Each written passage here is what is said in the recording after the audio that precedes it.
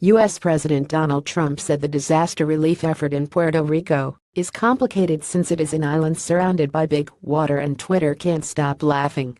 Trump's remarks on Friday came following criticism over the administration's response to Hurricane Maria that plowed through Puerto Rico, a U.S. territory that is home to 3.4 million American citizens.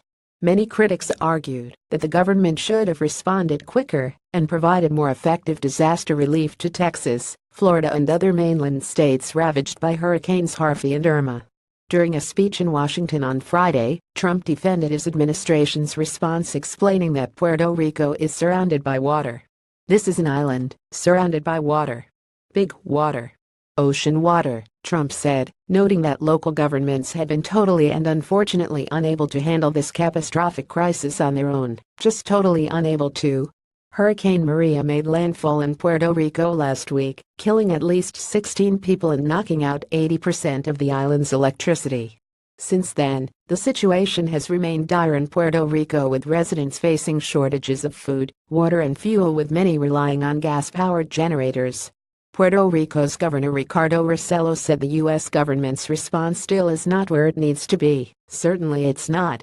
San Juan Mayor Carmen Yulín Cruz said the territory is facing a humanitarian crisis and urged the president to take charge and save lives.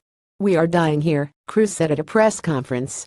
"I cannot fathom the thought that the greatest nation in the world cannot figure out the logistics for a small island of 100 miles by 35 miles.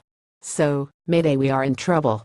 Trump has complained that media coverage of the government's response to Puerto Rico has been unfair and praised the relief effort to the territory.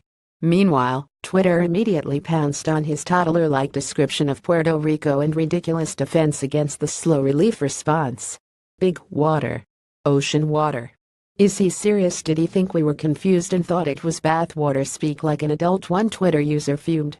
Another said he has the vocabulary of a third grader.